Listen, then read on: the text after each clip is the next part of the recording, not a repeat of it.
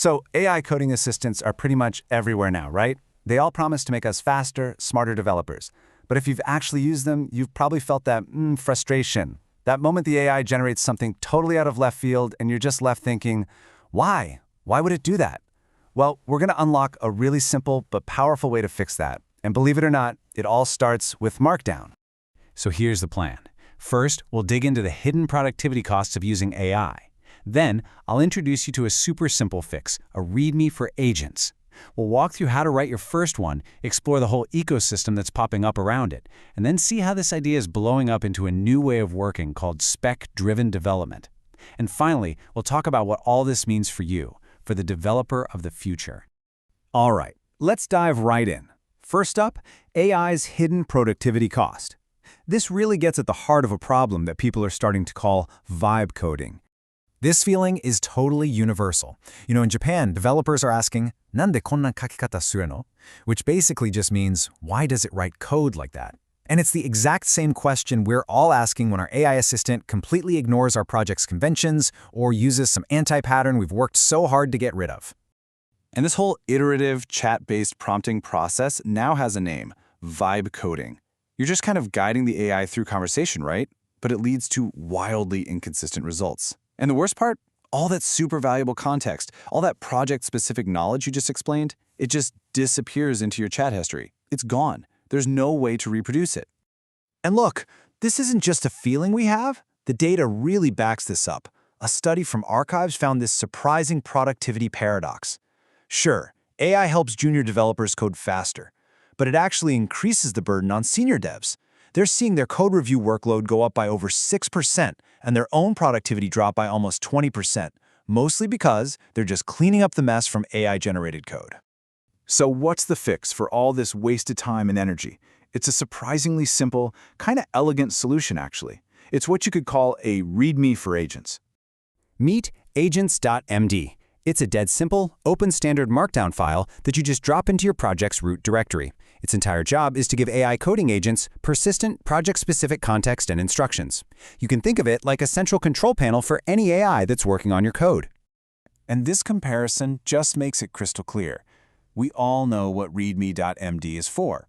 It's for humans. It's got the quick start guide, the project description. Well, agents.md is for the machines. It has all the nitty-gritty details the AI needs, build steps, test commands, very specific coding conventions, stuff that would just clutter up a normal README. They work together. They don't compete. And this is not some tiny niche idea. We're talking over 60,000 open source projects have already adopted agents.md. It is rapidly becoming a de facto cross-tool standard supported by tools from OpenAI, Google, Cursor, you name it. Okay, let's get practical. Section 3, writing your very first agents.md. I'm going to walk you through the really essential steps and some best practices.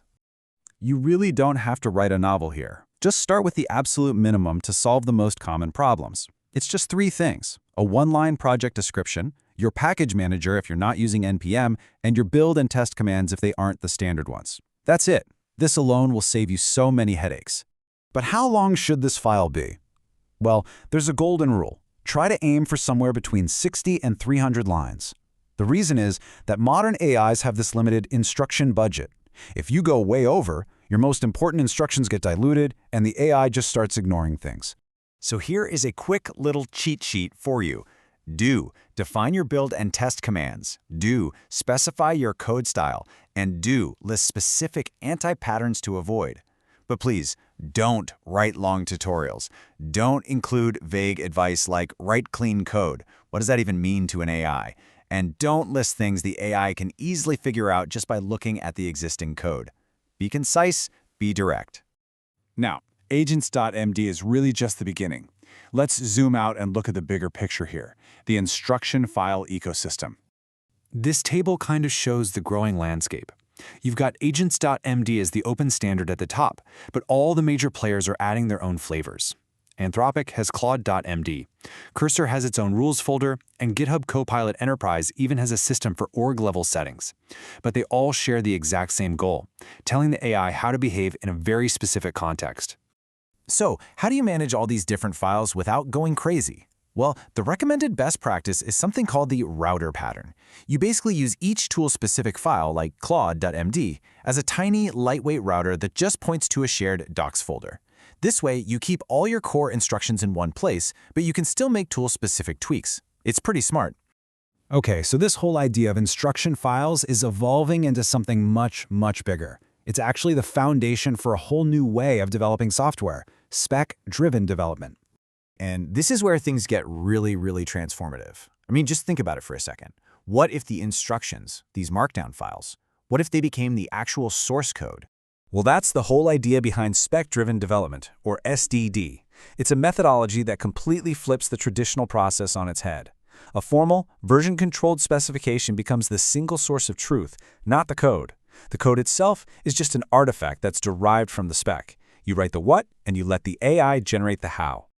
And GitHub Spec Kit gives us a really concrete workflow for this. You'd start with a command like specify to turn a simple prompt into a detailed spec. Then /plan to create a technical architecture from that. Then /tasks breaks that plan into small bite-sized chunks. And finally, the AI agent just goes and implements the code, one task at a time, always following that spec. So this all brings us to our final, and maybe most important section, the developer's new role. This is all about the shift from being just a coder to becoming an AI orchestrator. This quote just says it all. When an AI can generate code from specifications faster than humans can type, the bottleneck shifts to specification quality. Think about that. The most valuable skill is no longer how fast you can type or your deep knowledge of syntax, it's your ability to clearly and precisely define what needs to be built. And this huge shift is giving rise to a whole new discipline, context engineering. It's the practice of designing and managing all the environments, the instructions, and the feedback loops that guide AI agents.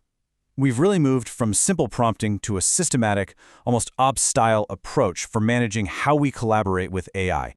And that really brings us to the final question you should be asking yourself. Are you just a coder, or are you becoming an AI orchestrator? The tools are evolving incredibly fast, and by mastering structured instructions in simple markdown files, you're not just fixing today's frustrations, you are actively preparing for the future of software development.